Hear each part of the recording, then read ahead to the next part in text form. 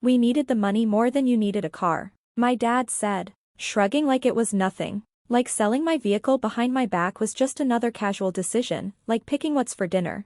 That day, I didn't argue. I didn't scream. I just stood there, silent. But when he returned from his little getaway, his perfect life was gone. I never thought I'd be one of those people venting about their family drama on Reddit. But after what happened, I need to put this somewhere before I explode. I'm 26. I work in a warehouse. I keep my head down, do my job, and mind my business. My life isn't flashy, just a small apartment, a used but reliable car, and a fridge mostly filled with takeout containers. But it's mine. I pay my own way. That's more than I can say for my parents. They've never been poor. They just act like they are when it benefits them. We can't afford this right now, they'd say when I needed new school supplies, then go out for a steak dinner the same night. Money's tight, they'd insist, while planning their next vacation. They've always been like this. I should have known better. The day my car disappeared, I got off work exhausted, ready to head home, maybe grab a burger on the way. I walked into the lot, reached for my keys, and nothing. My car was gone.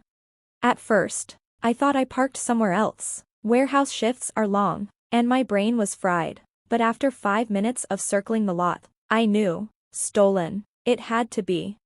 I called the cops, pacing. It's a black Honda Civic, 2016, license plate. The officer cut in. It wasn't stolen. It was sold. I nearly dropped my phone. That's impossible. That car is mine. I paid for it. The title's under. My stomach sank. I had left my car at my parents' house the night before. My apartment complex was repaving the lot, so I figured it would be safe there. I should have known better. My father. I stood there in the parking lot, heart pounding. I bought that car when I was 20, but I needed a cosigner for the loan. My dad's name was on the title. I'd meant to transfer it once I paid it off, but life got busy, and I never thought. Oh, I should have thought. I got a ride home from a coworker, fists clenched the whole drive. When I walked in the door, my parents weren't even home. I called my mom, straight to voicemail. Dad, same thing. Then I opened Facebook. Of course. There they were, lounging by a resort pool, frozen drinks in hand, my dad's arm around my mom like they were some kind of rich power couple. My mom had even posted a caption. Much needed escape. You only live once. They came back a week later, strolling through the door like nothing happened. My dad stretched, rolling his shoulders, his tan darker, his shirt crisp and new. He barely looked at me as he spoke. We needed the money more than you needed a car, he said, like he was talking about borrowing a sweater. It was just sitting there. Alex, you'll figure something out. I gripped the armrest of the couch so hard my knuckles went white. You sold my car. We had no choice. My mom chimed in, setting down her designer handbag. It was a last-minute deal at the resort, an all-inclusive, once-in-a-lifetime experience. I let out a short laugh. Oh, well, as long as you had a good time. Don't be dramatic. My dad sighed, tossing his wallet onto the counter. You can take the bus for a while. It won't kill you. I clenched my jaw. You sold my only transportation so you could sip overpriced cocktails on a beach? Watch your tone, my dad warned, finally looking at me. We're family, Alex. We do things for each other. You don't see us complaining when we pay for groceries. You mean the groceries I buy? He waved a hand. You might as well still live here. I laughed. I moved out 3 years ago. My mom paused, like she just now remembered that. You didn't even call me. You didn't ask. You just sold it, like my work didn't matter, like I didn't matter. It's just a car, my dad muttered, already bored. You'll get another one. And that was when something in me snapped. I didn't yell. I didn't argue. I just nodded. Yeah, I'll figure something out. And the next morning, I did. I showed up at their house, my heart pounding. My dad turned toward me, already annoyed. Oh, look who's here, still sulking. I crossed my arms. We need to talk. He leaned against the kitchen counter, tan, relaxed, completely unbothered. You're really gonna sulk all week over a car? I gritted my teeth. That car got me to work, made me money. My boss sometimes asked me to do deliveries when we were short on drivers. It was extra cash, good money. And I was saving up, but I guess you needed that money more than I did. Huh? Dad rolled his eyes. You're overreacting. We didn't need the money. We deserved the money. My hands clenched at my sides. Oh, is that how it works? You just take whatever you think you deserve? We're family, Alex, he said, like I was some ungrateful child. Family helps each other. You think raising you was free? Food, clothes, school, that wasn't cheap. I stared at him. Are you seriously telling me I owe you for existing? Don't be like that, he scoffed. We've done so much for you. And you can't even let one thing go. One car.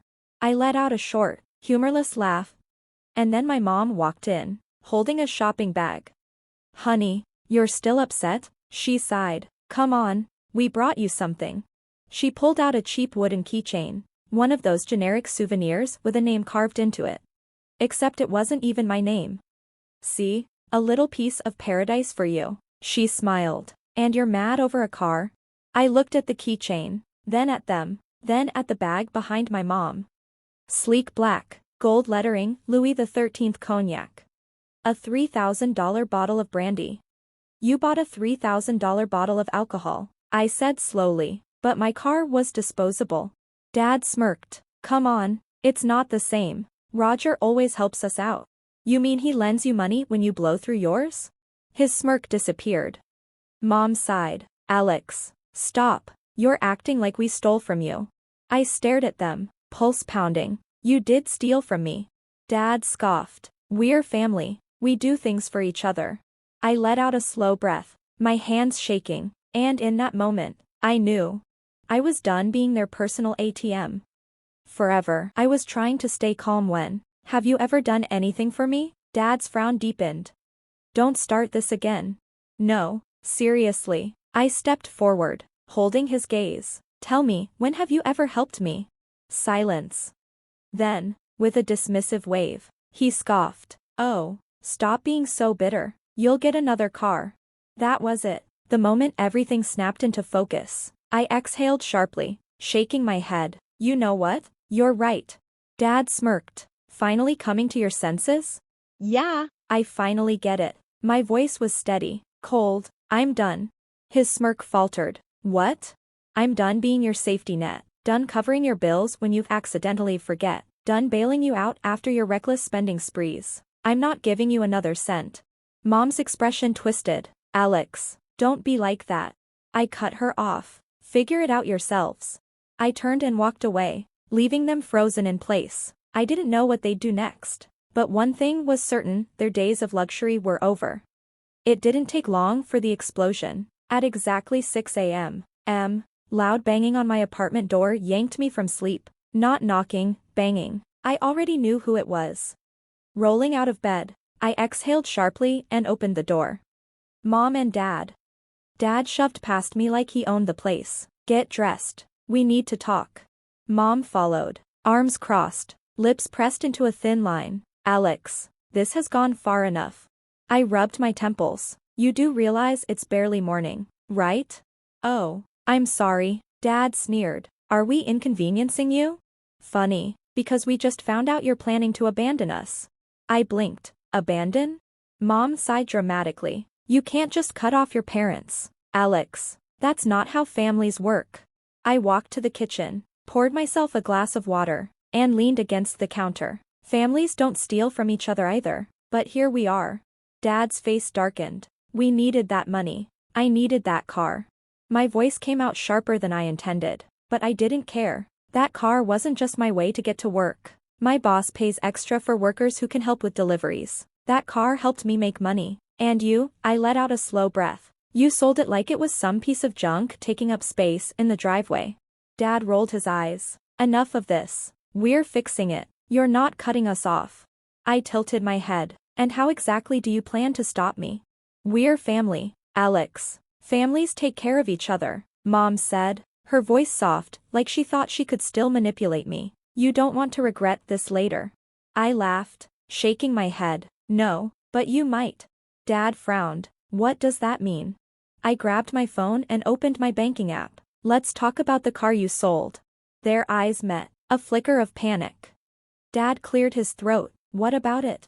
I turned the screen toward them. You remember who made every single payment? Silence. I did. Every month. Directly from my account. And I have the records to prove it. Mom paled. Legally, the title was under your name, but financially, that car was mine. And since you sold my property without my consent, I gave them a cold smile. I can take you to court and get every cent back. Dad's nostrils flared. You wouldn't. I lifted a brow. I have legal proof. His fist slammed against the counter. You're being selfish. We raised you, fed you, gave you a home, and this is how you repay us?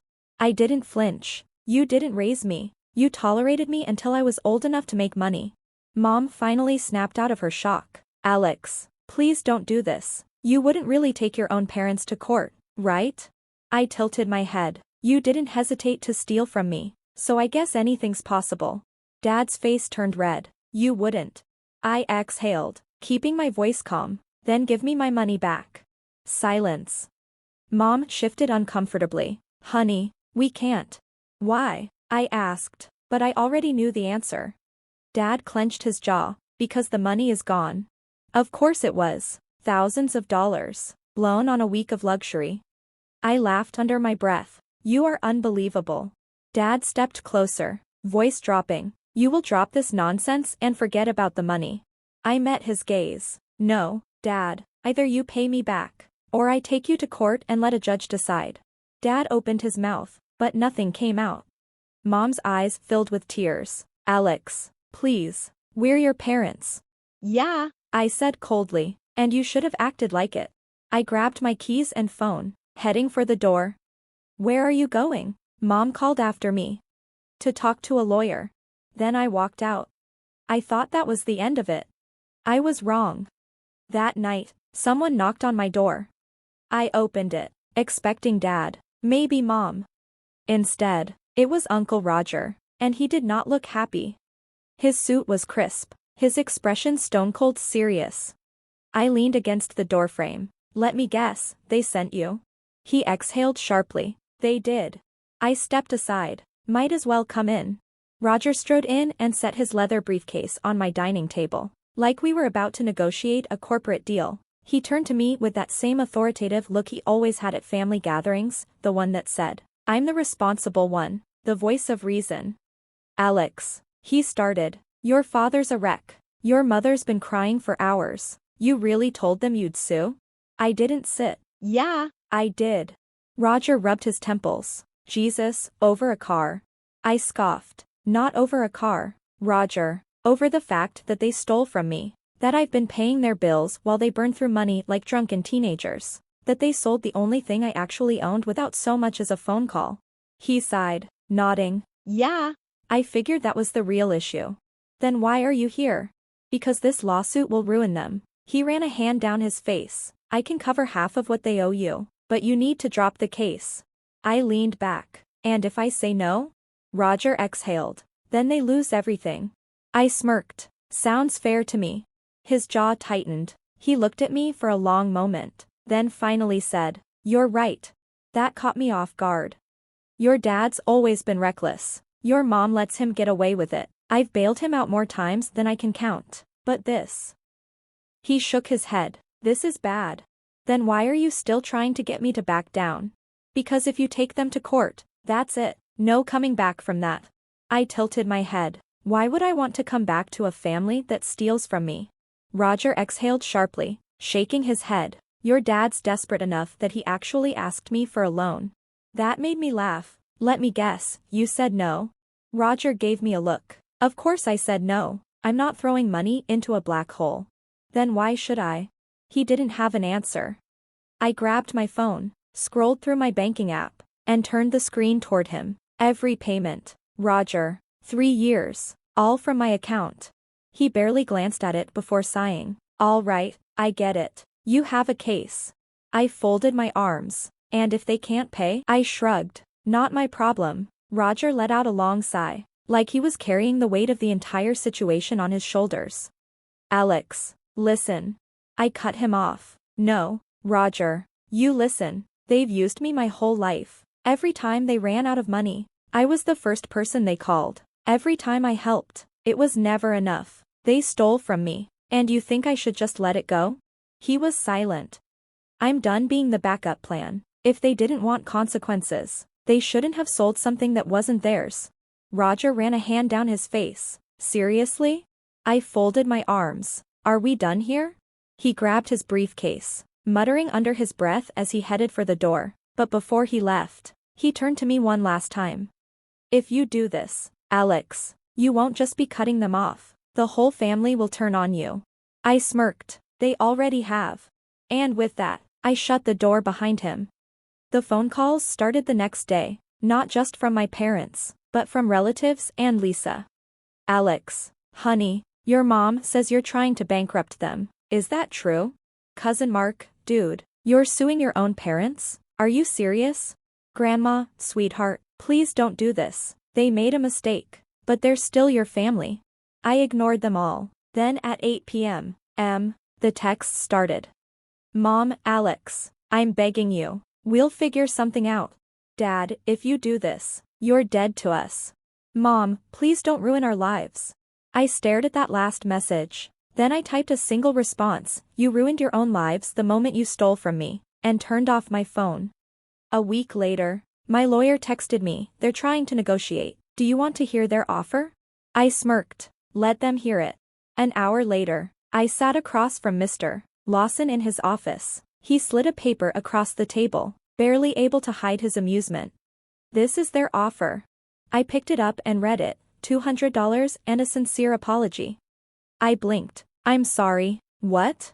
Lawson chuckled. Oh, and they'd like you to sign a document saying you forgive them so that you never bring this up again. I let out a short laugh. $200? They sold my car for thousands. Lawson shrugged. I guess they think that's what your suffering is worth. I tossed the paper back on the table. Tell them to forget it. We're going to court. The trial was quick. My lawyer came prepared, bank statements, loan payment receipts, even the final letter from the lender showing that I, not my parents, had paid off the car in full. Meanwhile, their defense was simply, but we're his parents. Spoiler alert, that didn't work in court. It took less than 20 minutes for the judge to rule in my favor. The court ordered my parents to pay me back the full market value of the car, plus additional damages for financial loss and emotional distress. Oh, and the best part, they had 60 days to pay up, or face wage garnishment and asset liquidation. Mom gasped, they'll take our house. Dad's face turned bright red. This is nonsense. The judge didn't even blink. That's the ruling. Court is adjourned. I walked out feeling lighter than I had in years. Outside, Mom caught up to me, grabbing my sleeve. Her eyes were red, her voice shaking. Alex, please, please, we don't have that kind of money. This will ruin us. I pulled my arm away. Should have thought of that before you stole from me. Dad stormed after me, rage boiling over. You only think about yourself. We're your parents. And you. I turned around and finally let everything out. You did this to yourselves. You used me for years. Guilt tripped me. Took my money like it was your right. You thought I'd never fight back? Well, guess what? I did. And now you get to live with it. Mom started crying harder. Alex, we're going to lose the house. For the first time in my life, I felt nothing, no guilt, no hesitation, just peace. Then get jobs, I said, and with that, I walked away. 3 months later, my parents lost everything. They tried ignoring the ruling, hoping I'd back down, but wage garnishment kicked in, and they couldn't keep up with the payments. Their house went into foreclosure, and my parents ended up in a tiny rental a few towns over. No more vacations, no more fine dining, no more expensive gifts for anyone but themselves. Uncle Roger stopped bailing them out, and most of the family stayed away once they realized how much my parents had been using everyone. Meanwhile, I bought a new car, a better one that's completely mine this time. I've started saving for a house for myself, not to fund someone else's reckless spending. For the first time in my life, I don't feel like I'm carrying the weight of 2 other people's mistakes. I'm free, and I don't regret a single thing. A few weeks after all of this, Mom called me. I didn't pick up. Then came the texts. Mom, Alex, please, we're losing everything. I don't know where we're going to live. Mom, can we talk just for a minute? Mom, we're your parents. Do we really mean nothing to you? Then Dad texted. Dad, I'm disappointed in you. You ruined this family. Hope you're proud of yourself. Terrible person. Yeah. Real touching. I didn't reply to either of them. According to relatives, my parents are now in that rundown apartment. Most of the family doesn't talk to them anymore. They've lost everything they worked so hard to keep up, and I'm better off without them. So, Reddit. That's it. I won. I stopped saving them from their own mess. Does that make me cold? Maybe, but honestly, I don't care. For the first time, I'm moving forward, and I've never been happier.